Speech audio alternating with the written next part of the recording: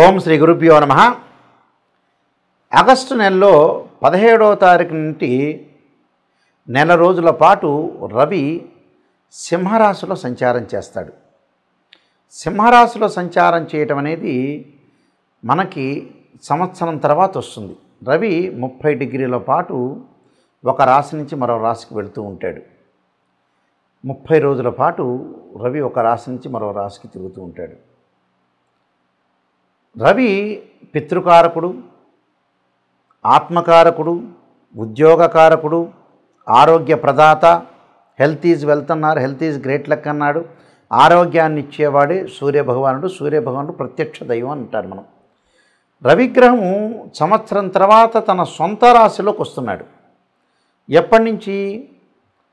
August 17వ తారీఖు నుంచి నెల రోజుల పాటు తన సొంత రాశిలో ఉంటాడు. ఇవి గోచారీత్యా చెప్పబడే ఫలితాలు. సహజంగా ఏమిటంటే తను ఉన్న రాశి నుంచి 3, 6, 10, 11 స్థానాల్లో సూర్యగ్రహం మంచి చేస్తాడని అర్థం.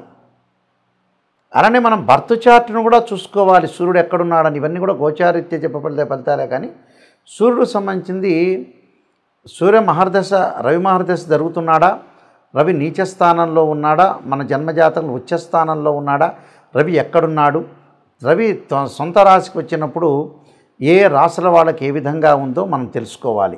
ఎందుకంటే నెల రోజుల పాటు సింహరాశిలో సంచారం చేస్తారు. అంటే ఆగస్టు 17వ తారీఖున మన ప్రారంభమై నెల రోజుల పాటు రవి సంచారం చేస్తాడు. ఈ సంచారం వల్ల ఎలాంటి ఫలితాలు ఉంటాయి, ఆరోగ్యపరంగా ఏ విధంగా ఉంటుంది? అదృష్టాన్ని ఇచ్చే గ్రహం ఏమిటంటే సూర్యభగవానుడే. ఈ సూర్యభగవానుడు ఏ స్థానాల్లో ఉంటే సుఫలితాన్ని ఇస్తాడు? ఈ గోచారాన్ని మనం పుట్టినప్పుడు ఉండే బర్త్ చార్ట్ని క్లబ్ చేసుకోవాలి. అంటే అక్కడ రవి మహర్దశ బాగా కలిసి వస్తుందా లేదా, ఇక్కడ గోచార రవి ఎలా ఉన్నాడు అంటే గోచార రవిని అక్కడ జన్మజాతకంలో రవి ఏ స్థానంలో ఉన్నాడు, ఏమన్నా మహర్దశ జరుగుతుందా అనేది అనాలిసిస్ చేసుకొని మనం ముందుకు వెళ్తే రవి కలిసి వస్తాడా లేదా అనేది మనం తెలుసుకునే అవకాశం అనేది ఖచ్చితంగా ఉంటుంది.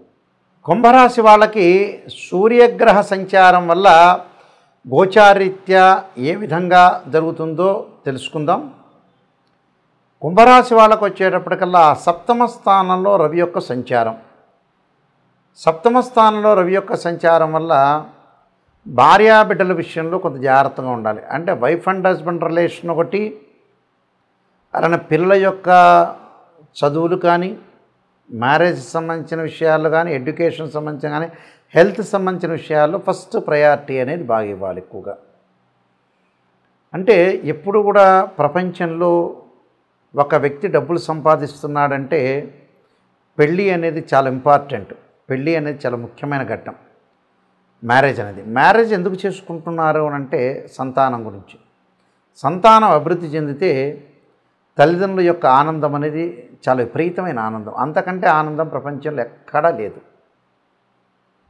అలాంటి ఆనందంలో మునిగి తేలాలంటే సంతానం సంపదప్రదం అన్నారు. సంతానం బాగుండాలి. సంతాన విషయంలో కొద్దిగా జాగ్రత్తగా తీసుకోవాలి. వాళ్ళ యొక్క హెల్త్ కానీ, ఎడ్యుకేషన్ కానీ, వాళ్ళ యొక్క మ్యారేజ్ కానీ, సంబంధ బాంధవ్యాల్లో కొద్ది అజాగ్రత్త అనేది పనికిరాదు. జాగ్రత్తగా తీసుకోవాలి. శరీరం ఆరోగ్యంలో కొద్దిగా అనుకూలంగా లేకపోవటం, దీర్ఘకాలిక వ్యాధులు బయటపడే అవకాశాలు, ఇరుగు పొరుగు వారితోటి విరోధ భావాలు ఏర్పడే అవకాశాలు ఉంటాయి.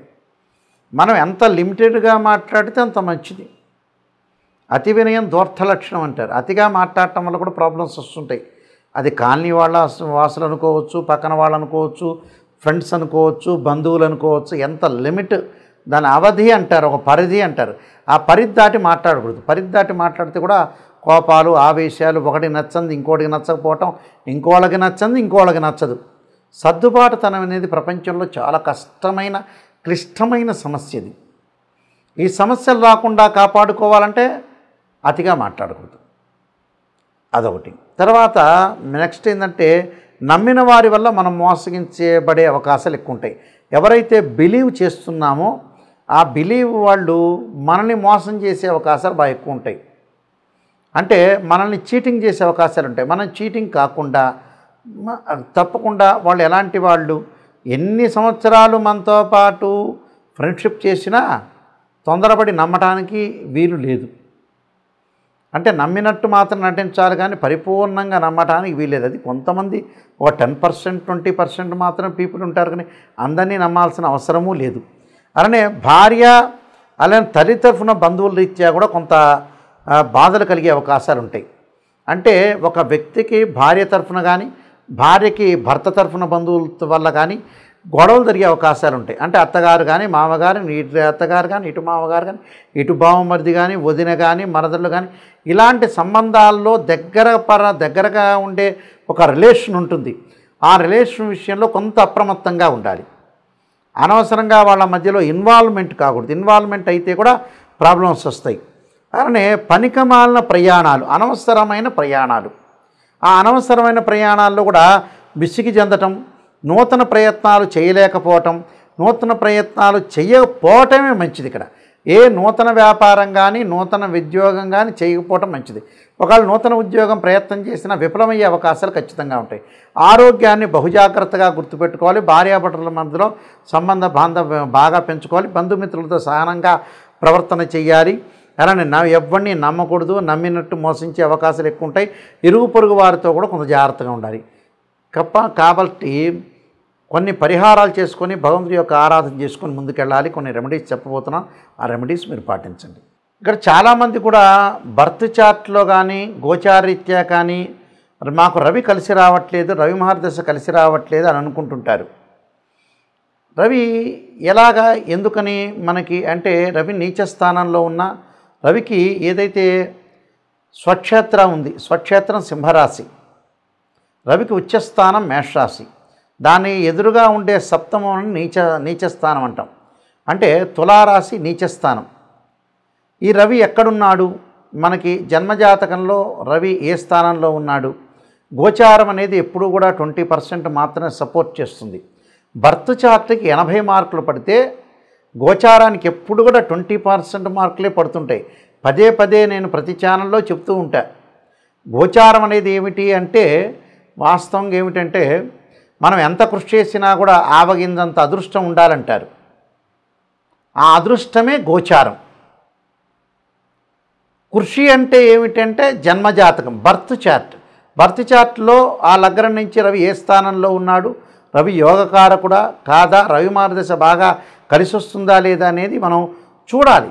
అంటే రాశిచక్రము, భావచక్రము, నవాంశము, చతుర్థాంశము, ద్రేకాణము, హోర, త్రింశాంశం అనే అలాగా 16 లగ్న కుండలు ఉంటాయి. డీ చార్ట్స్ అంటారు. అలానే దశలు, అంతర్దశలు చాలామంది కూడా ఇవన్నీ కూడా ఎనాలిసిస్ చేయకుండా ఏదో చెబుతుంటారు, మామూలుగా చెబుతుంటారు. అలా కుదరదు. ఎప్పుడు కూడా జాతకాన్ని పరిపూర్ణంగా కంప్లీట్గా ఎనాలిసిస్ చేసే జాతకాన్ని చెప్పాలి. ఇక్కడ ఈ రవి దోషం ఉంది అని అనుకో, ఉదాహరణ నీచ స్థానంలో ఉంటే ఉద్యోగ భంగాలు, ఉద్యోగపరంగా అనుకూలంగా లేకపోవడం జరుగుతుంటుంది. దానికి రెమెడీస్ ఏం చేయాలి? సూర్య నమస్కారాలు, సూర్య హోమము, ఆదిత్యాయుధే సహస్రమూర్తాయుధీమే తన్నో సూర్య ప్రచోదయాత్ అనే మంత్రాన్ని, అలానే గోధుమలు, ఎర్రని వస్త్రము, ఎర్రని పూలు దానం చేయటం, ఆదివారం రోజున ఉపవాసం ఉండటం, సూర్యభగవాను ఆరాధన చేయటం, అలానే మనకి ఆదిత్యుణ్ణి హోమం చేయటం. అంటే ప్రభాకరాయుధే దివాకరాయుధీమే తన్నో సూర్య ప్రచోదయాత్ అనే మంత్రాన్ని, ఆదిత్యాయుధే సహస్రమూర్తాయుధీమే తన్నో సూర్య ప్రచోదయాత్ అనే మంత్రాన్ని సూర్యుడికి సంబంధించిన అష్టకం చదువుకోవాలి. సూర్య నమస్కారాలు చేసుకోవాలి. అలానే ఓం సూర్యాయ స్వాహ, సూర్యగ్రహాయ ఇదన్నవమ అనే మంత్రాన్ని చదువుకోవాలి. ఓం ఆదిత్యాయ స్వాహ, ఆదిత్యాయ ఇదన్నవమ అనే మంత్రాన్ని హోమం చేసుకోవాలి.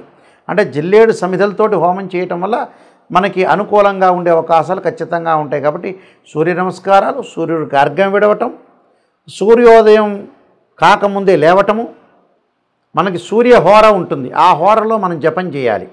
అంటే సూర్యగాయత్రి మంత్ర జపం ఉంటుంది. చక్కగా సూర్యుడిని అనుష్ఠానం చేయాలి.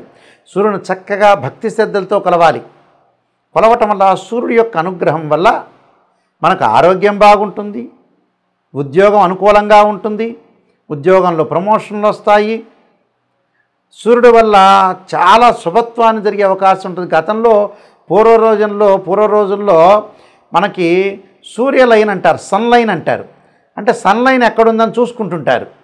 మనం ఓల్డ్ సినిమాల్లోకి వెళ్ళామనుకోండి, ఎన్టీ రామారావు, అక్కినేని నాగేశ్వరరావు, కాంతారావు గారి ఈ పిక్చర్లోకి వెళితే రేలంగి వీళ్ళందరూ కూడా ఏం చేస్తారంటే సూర్యరేఖ లేకపోతే సూర్యుడి యొక్క రేఖను ఉండాలని అట్లకాడతోటి కాల్చి చేతుల మీద ఇలా పెట్టుకునేవాళ్ళు.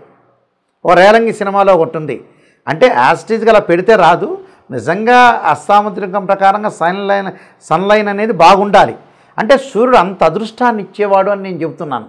అందువల్ల ఆ సూర్యుడు అదృష్ట యోగాన్ని, రాజయోగ కారకత్వాన్ని ఇచ్చేవాడు సూర్యుడు. కాబట్టి ఖచ్చితంగా సూర్యుడు ఇక్కడ అనుకూలంగా ఉండాలి. అనుకూలంగా ఉంటేనే మనం ప్రతి పని చేయగలుగుతాం. సూర్యుడి వల్ల ఎలా ఉంటుంది? ఆరోగ్యం బాగుంటుంది. ఆరోగ్యం బాగుంటే మనం డబ్బు సంపాదించగలుగుతాం. డబ్బు సంపాదిస్తే పెళ్లి చేసుకోగలుగుతాం. పెళ్లి చేసుకుంటే సంతానం కలుగుతుంది. సంతానం వల్ల స్థిరాస్తులన్నీ కూడా సంపాదించగలుగుతాం. సంతానం కోసం కష్టపడతాం, అదృష్టాన్ని పెంచుకుంటాం. That is the sun planet. అందువల్ల ఖచ్చితంగా సూర్యుడు ఎలా ఉన్నాడో మనం చూసుకోండి. మీ అందరికీ కూడా సూర్యగ్రహం అనుకూలత ఉండాలని ఆశిస్తూ సర్వే జనా సుఖినో భవంతు.